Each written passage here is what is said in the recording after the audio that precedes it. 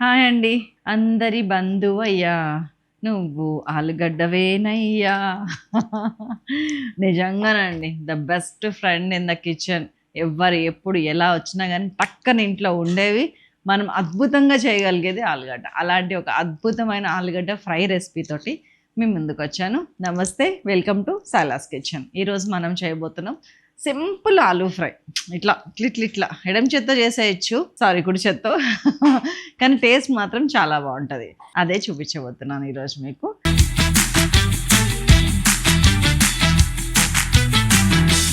First water పెట్టుకున్నాను. Water కొలత ఏం లేదండి. ఈ ఆలుగడ్డలు వచ్చి దాదాపు ఒక 350-400 గ్రామ్స్ ఉంటాయి. హాఫ్ కేజీలో 2 తీసి పక్కకు పెట్టాము. ఉప్పు పసుపు నీళ్ళలో కట్ చేయడం అలవాటు, కలర్ చేంజ్ అవ్వకుండా, అందుకని ఎల్లో కలర్లో కనిపిస్తున్నాయి మీకు. నీళ్లు బాయిల్ అవ్వడానికి వెయిట్ చేస్తున్నాను.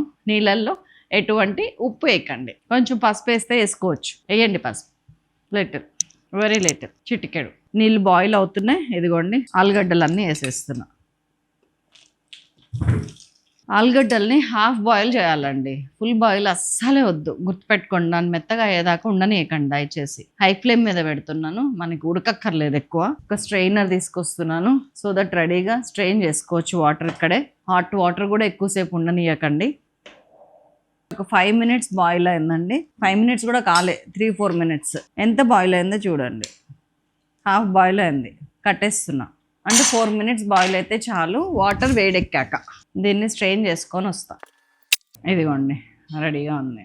ఈ రెసిపీ నేను గచ్చిబౌలిలో మా ఫ్రెండ్ వాళ్ళకి ఒక హాస్టల్ ఉండేది, ఉమెన్స్ హాస్టల్. వాళ్ళ దగ్గర చూసాను. అసలు వాళ్ళు, మనం ఇంకా నాన్ స్టిక్ వాడుతున్నాం, వాళ్ళు మామూలు తెల్ల గిన్నెలు ఉంటాయి చూసారు, అల్యూమినియం గిన్నెల్లో 7-8 కిలోలు డీప్ ఫ్రై చేసేవాళ్ళు. మళ్ళీ ఆయిల్ ఏమైనా ఎక్కువ వేసారా అంటే లేదు. ఏంటంటే నేను దగ్గరుండి ఈసారి మీ హాస్టల్లో ఆ రెసిపీ అయినప్పుడు నన్ను పిలవా అని చెప్పి, నాకు అప్పుడు సైలాస్ కిచెన్ ఏం లేదండి, ఇది 12-13 ఏళ్ళ క్రితం ముచ్చట. అయినా కానీ వంట మీద ఉన్న ఇంట్రెస్ట్ అట్లా ఉంటుంది, చాలా మందికి ఆ ప్యాషన్ ఉంటుంది. దాంతో అవుట్ ఆఫ్ ఇట్ నేను అడిగేదాన్ని, ఇది ఎట్లాగా అది ఎట్లాగా అని. అప్పుడు నేర్చుకున్న రెసిపీ ఇది. ఆయిల్ ఒక 4-5 teaspoons వేసానండి. సిమ్ చేసేస్తున్నాను. ఇదిగోండి మినపప్పు ఒక 1 teaspoon. ఇవి ఆలుగడ్డకి పట్టుకుంటే భలే ఉంటుంది. శనగపప్పు ఒక 1 teaspoon, 1.5. జీలకర్ర, ఆవాలు, మిరపకాయలు ఇట్లా సన్నగా తురిమిని వేయండి. పచ్చిమిరపకాయలు, కొంచెం శనగపప్పు కలర్ రావాలి. నిజం చెప్పాలంటే సైజులో పెద్దదైనా కానీ శనగపప్పే ముందు వేగుద్ది మినపప్పు కన్నా. మినపప్పు వేగటమే లేట్. చాలా మంది పొట్టోళ్ళే కానీ గట్టోళ్ళు అంటారు చూసారా, ఆ టైప్లో కనపడదు కానీ మహా గట్టేది. కొంతమంది ఉంటారండి అట్లాగా, నిజంగా చాలా బేలగా ఏం తెలియనట్టుగా అనిపిస్తారు. విషయం వచ్చినప్పుడు వాళ్ళంత స్టబన్గా ఎవరు నిలబడరు. అందుకనే అంటారు don't under estimate the book by looking at its cover అని. ప్రతి సామెత జీవితంలోంచి పుట్టుకొచ్చింది. నా దృష్టిలో ఆ జీవితంలో 80 సామెతలు కిచెన్ లోంచి పుట్టుకొచ్చినాయి అంట నేను. శనగపప్పు 80% వేగిందండి. నేను ఇప్పుడు ఆలుగడ్డ వేసేస్తున్నా, తర్వాత మన ఫ్రైలో మిగతాది వేగుద్ది. సో ఇప్పుడు దీంట్లో మనం ఉప్పు లాంటిది ఏమి వేయలేదు, అప్పుడే వేయబోట్లేను నేను, కొంచెం టైం తీసుకుంటాను. హై ఫ్లేమ్ పెట్టేస్తున్నాను. ఆయిల్లో వేసిన తర్వాత ఫస్ట్ చేయాల్సిన పని అల్లం వెల్లుల్లి పేస్ట్ వేయటం. హార్డ్లీ 1 teaspoon అండి, ఇది ½ teaspoon. 1 teaspoon నిండుగా. కరివేపాకు కొంచెం బాగుంటుంది ఈ టైంలో వేస్తే. ఇప్పుడు ఉప్పు వేస్తున్నా. నిండుగా అయితే 1.5 అండి, వెల్తిగా అయితే 2 teaspoons. పసుపు ఆల్రెడీ మనం దాంట్లో వేసాం కానీ ఇక్కడ కొంచెం వేయాలి, ఉడకబెట్టేటప్పుడు వేసాం కానీ అది నీళ్ళల్లోనే పోతుంది. ధనియాల పొడి 1 teaspoon ఫుల్, మంచిగా జోరుదారు పడుతుందండి ధనియాల పొడి. జీలకర్ర పొడి ½ teaspoon చాలు.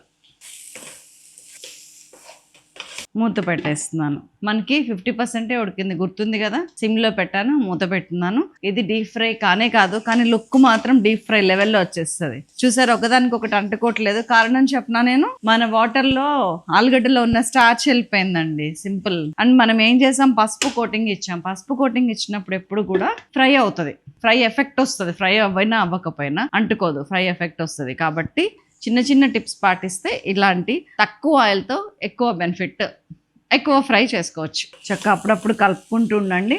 ఒక్క 4-5 నిమిషాలు ఈ ధనియాలు, ఈ పొళ్ళు, వీటన్నిటితోటి కొంచెం అదేమన్నా కారం వేయలేదు, గమనించారా?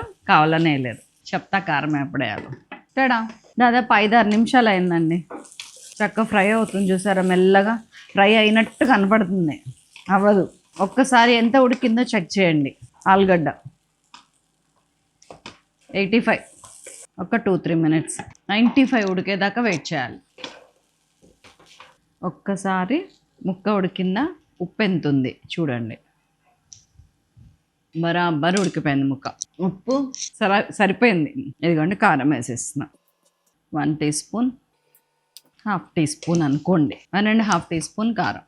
స్టార్టింగ్ కారం ఎందుకు వేయలేదంటే, కారం ఇంతసేపు కారం దీంతో పాటు ఉండి వేగుతుంటే కర్రీ నల్లగా అవుతుందండి, మంచి కలర్ రాదు. మనం దింపి ఒక 2-3 నిమిషాల ముందు కారం వేస్తే ఆ పచ్చివాసన పోతుంది. కారం ఇగోండి ఇట్లా ఎర్రగా మనకి అప్పుడే డీప్ ఫ్రై అయిన ఫీలింగ్ వస్తుంది. చూడటానికి తినడానికి కూడా చాలా బాగుంటుంది.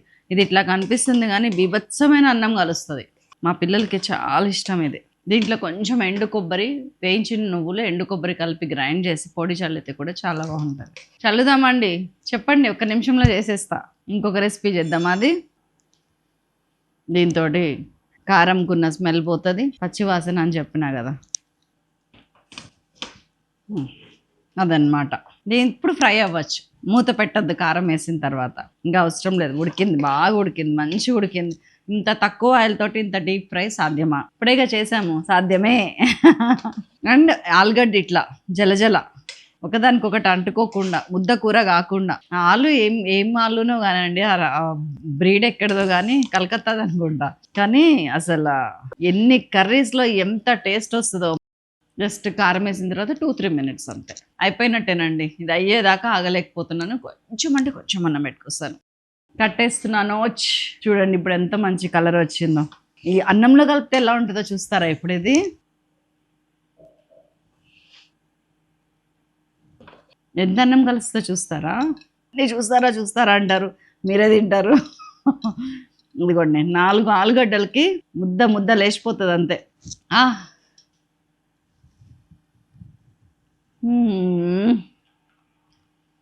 అంతేనండి. తినాలంటే కూడా ఏదో అంటారు కదా, రాసి ఉండాలని కాదు, ఒక అదృష్టం ఉండాలి. అంటే ఇదే ఆ అదృష్టం మీ చేతిలోనే ఉంది. ఏ అదృష్టమైనా ఎవరో క్రియేట్ చేయాలి, భగవంతుడు ఇవ్వాలి. ఈ అదృష్టాన్ని మీరే క్రియేట్ చేసుకోవచ్చు. అండ్ నలుగురికి పంచచ్చు కూడా, మీ ఫ్యామిలీ మొత్తానికి. ఇదన్నమాట మన టుడేస్ రెసిపీ. మీకు నచ్చితే కనుక ఒక చిన్న లైక్ వేసుకోండి, ఒక చిన్న కామెంట్ నా కోసం చేయండి. మీకు ఆలుగడ్డలో ఏ రెసిపీ ఇష్టమో కూడా కామెంట్ చేయండి. ఉండనా మరి, మరొక అద్భుతమైన రెసిపీతో మళ్ళీ కలుస్తాను. Thank you.